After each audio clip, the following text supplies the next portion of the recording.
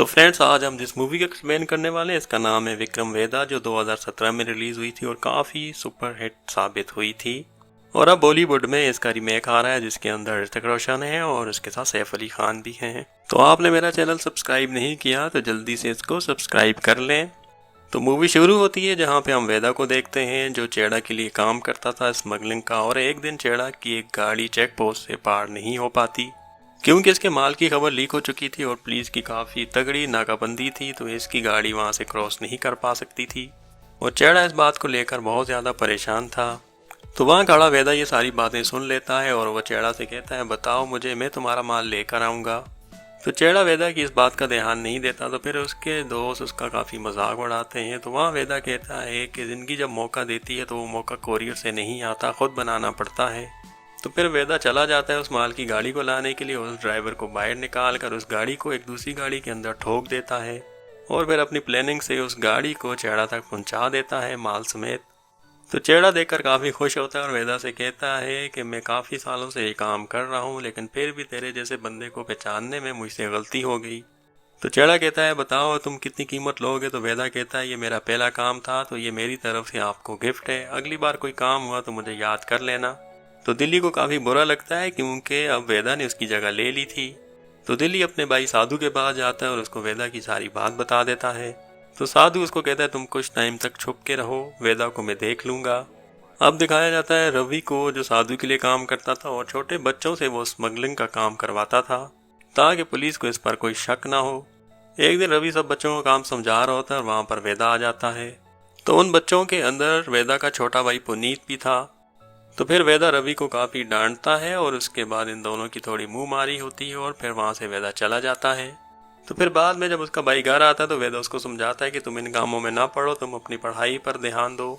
तो एक दिन पुनीत स्कूल जा रहा होता है तो रवि उसके पास भाग कर आता है और उसको अपना माल देता है कि मेरे पीछे पुलिस लगी है, तुम मेरा माल रखो, मैं तुम्हें 100 रुपये दूंगा। लेकिन उसको उसके भाई ने मना किया हुआ था तो वो उसकी बात नहीं मानता। लेकिन उसके साथ उसकी फ्रेंड चंद्रा जो होती है वो पैसों की लालच में आके उसका सामान अपने बैग में रख लेती है। तो थोड़ा आगे जाकर पुलिस इन बच्चों को पकड़ लेती है। तो चंद्रा कहती है कि मुझे नहीं पता ये पैकेट किसका है, मुझे तो सड़क पे पड़ा हुआ मिला था। तो पुलिस वाले चंद्रा को थप्पड़ मारती है। तो साथ पुनीत खड़ा होता है, वो उसको बता देता है कि ये पैकेट रवि का है। तो अगले दिन रवि ये सारी बातें साधु को बता देता है कि वेदा के भाई ने पुलिस को हमारे बारे में सब कुछ बता दिया है। तो फिर साधु रवि से कहता है कि हमारा धंधा तब तक ही है जब तक बच्चे हमसे डरते हैं, अगर वो वेदा का भाई है तो क्या हुआ, तुम्हें उसको सबक सिखाना पड़ेगा। तो फिर रवि पुनीत के पास जाता है और एक सरिया उसके हाथ में घुसा देता है और जब ये बात वेदा को पता चलती है तो उसको बहुत गुस्सा आता है और वो एक हथौड़ा लेकर जाता है और साधु के सर पे मार के उसको बिल्कुल ही ख़त्म कर देता है। और अब देखते ही देखते 11 साल गुजर चुके हैं और वेदा ने अब काफ़ी बड़ा नाम बना लिया था क्योंकि अभी तक वो चेड़ा के लिए ही काम कर रहा था। तो एक दिन वेदा की एक बंदे से लड़ाई हो जाती है और वहाँ पर पुनीत आकर उसको बचा लेता है। वो पर जब घर आते हैं तो वेदा पुनीत से कहता है कि मैंने तुम्हें कितनी बार कहा है कि तुम लफड़े में मत पड़ा करो। तो पुनीत कहता है अगर आज मैं सही टाइम पर ना आता तो वो आपको मार देता। तो फिर पुनीत अपने भाई से कहता है कि आप ये स्मगलिंग का धंधा छोड़ क्यों नहीं देते। तो वेदा उसको कहता है कि जब सही टाइम आएगा मैं ये धंधा छोड़ दूंगा।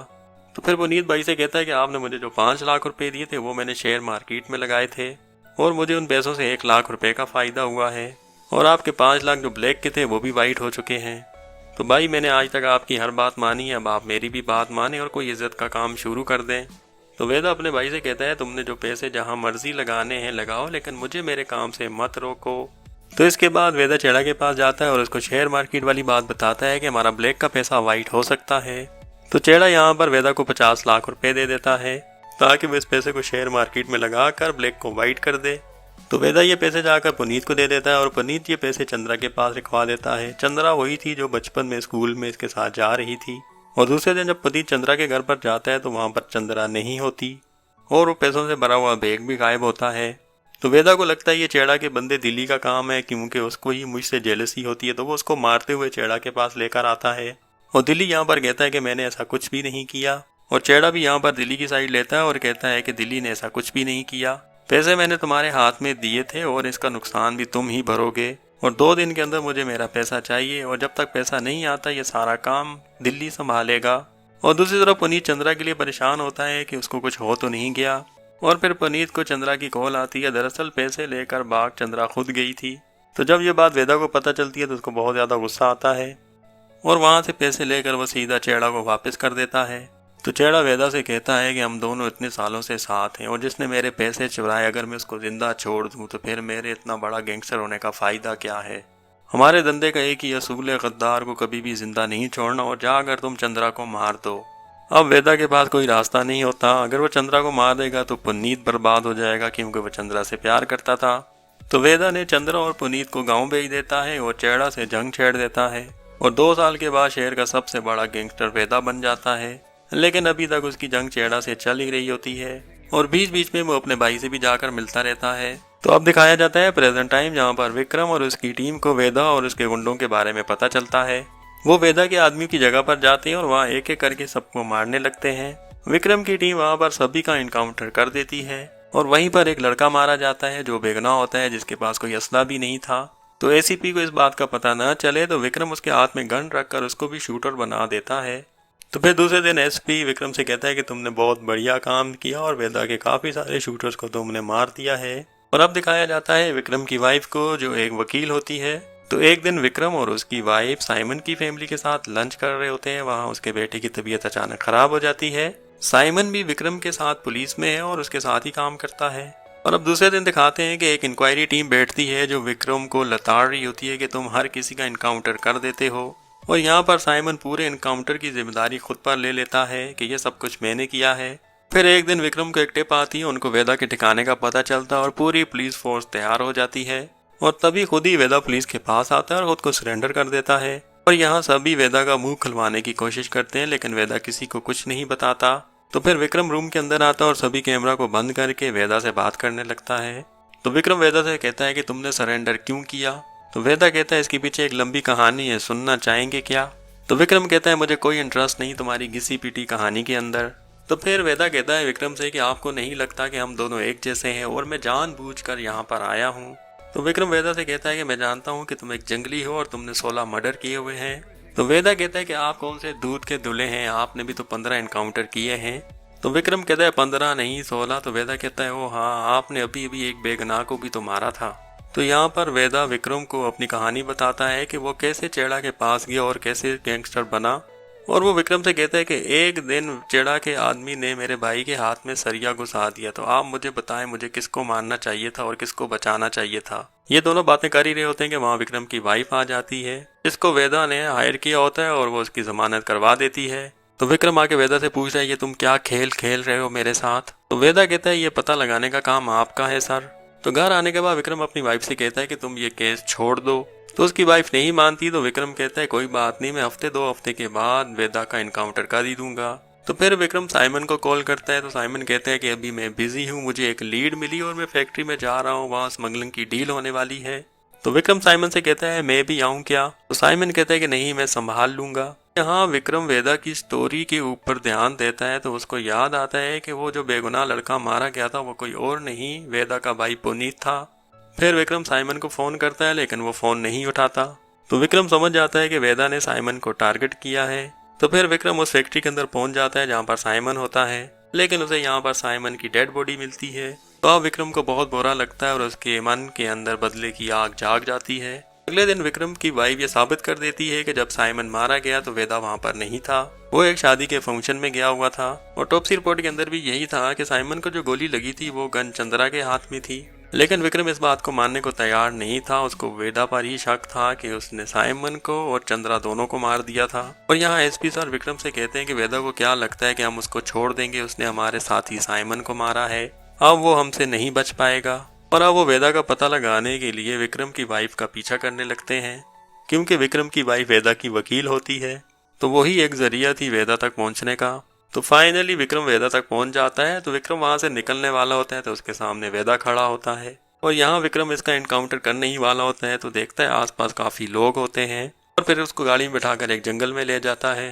और यहाँ पर जैसे ही विक्रम वेदा को मारने वाला होता है तो वेदा उसको एक और कहानी सुनाने लगता है जो 2 साल पहले की होती है। और ये वही कहानी होती है जहाँ पर वेदा को ये चुनना था कि वो अपने भाई को बचाए या चेड़ा से दुश्मनी करे। तो वो विक्रम से पूछता है कि बताएं मुझे यहाँ पर क्या करना चाहिए। तो यहाँ पर विक्रम कहता है कि अगर मैं तुम्हारी जगह होता तो मैं पुनीत का साथ देता क्योंकि वो इनोसेंट है। तो वेदा कहता है मैंने भी यही किया था। और अब वेदा मौका देखते ही पत्थर उठाकर विक्रम के सर पर मार के उसको बेहोश करके वहां से भाग जाता है। तो वेदा वहां से सीधा रवि के पास जाता है। तो रवि उसको विक्रम से बच के रहने की सलाह देता है। विक्रम अब वेदा की इस कहानी को भी और गहराई से सोचने लगता है। उसको समझ में नहीं आता कि उसने चंद्रा और पुनीत को गांव भेज दिया था, तो फिर यहाँ पर वो मरने क्यों आ गए। साइमन का केस भी जब भी सोल्व हो सकता है जब उसको पुनीत के वापस आने की वजह पता चलेगी। तो विक्रम ये सारी बातें अपनी टीम को ही बताता है और वहाँ उसको पता चलता है कि चंद्रा को भी टॉर्चर किया गया था। तो फिर विक्रम इस नतीजे पर पहुंचता है कि चंद्रा को बचाने के लिए पुनीत ही शहर वापस आया था और उसके शहर वापस आते ही हमें उसकी टिप मिल गई और हमने बिना जाने उसको एनकाउंटर कर दिया। फिर वो साइमन के खबरी के पास जाता है कि साइमन को टिप कैसे मिली, लेकिन वहां पहुंचने से पहले ही उसको कोई मार देता है। तो सच जानने का ये मौका भी विक्रम के हाथ से निकल जाता है। अब रात को विक्रम की वाइफ उससे बात कर रही होती है। वो कहती है कि वेदा ने मुझे बताया था कि कहीं ना कहीं तुम अटकोगे और उस टाइम तुम्हें मेरी जरूरत पड़ेगी और तब मैं तुमसे 2 शब्द कहूँ, मटन चॉप्स। तो उसकी वाइफ कहती है मुझे इस बात का मतलब तो नहीं पता, लेकिन विक्रम इसकी बात समझ जाता है। फिर विक्रम एक ढाबे पर जाता है और वहां पर मटन चॉप्स खाते हुए वेदा से फोन पर बात करने लगता है। विक्रम ने उस आदमी का पता लगा लिया होता है जो वेदा को बर्बाद करने लगता है। वो कोई और नहीं रवि होता है। फिर वेदा विक्रम को एक केबल फैक्ट्री के अंदर बुलाता है जहां उसने रवि को बांध के रखा होता है। वो रवि ही था जो वेदा की गैंग की टिप्स पुलिस को देता था। एसपी सर और उसकी पूरी यूनिट भी रवि के साथ मिली हुई थी। साइमन भी मजबूरी में रवि के पास था क्योंकि उसको अपने बेटे के इलाज के लिए पैसे चाहिए थे। बाद में साइमन को अपनी गलती का एहसास होता है तो वो चंद्रा को बचाने के लिए जाता है, पर वहां पर एसपी सर और उसकी टीम साइमन को मार देती है और ऐसा दिखाते हैं कि चंद्रा ने साइमन को मारा था। लेकिन विक्रम को पता था कि चंद्रा लेफ्ट हैंड यूज करती थी और गन उसके राइट हैंड में थी। तो यहाँ विक्रम को पता चल जाता है कि सब लोग धोखेबाज हैं, उसकी पूरी टीम इनके साथ मिली हुई है। और इसके बाद विक्रम और वेदा दोनों मिलकर उस पूरी टीम को जान से तो नहीं मारते लेकिन उनको जख्मी करके बेहोश कर देते हैं। लेकिन विक्रम यहाँ पर एसपी को जान से मार देता है और वेदा रवि को मार देता है और एंड पर विक्रम और वेदा दोनों एक दूसरे पर गन तान देते हैं। तो तब विक्रम कहता है कि बताओ वेदा सर, अब विक्रम क्या करेगा? क्या तुम्हें जाने देगा कि तुमने मेरा साथ दिया और मेरी जान बचाई, या फिर तुम्हें गोली मार देगा कि तुम एक कातिल हो, तुमने 16 मर्डर किए हैं? बताओ ना वेदा सर, अब विक्रम क्या करेगा? लेकिन वेदा यहाँ कुछ नहीं बताता और ये मूवी यहीं पर ख़त्म हो जाती है। और भी मूवी देखने के लिए आप मेरे चैनल को विजिट करें और सब्सक्राइब कर दें।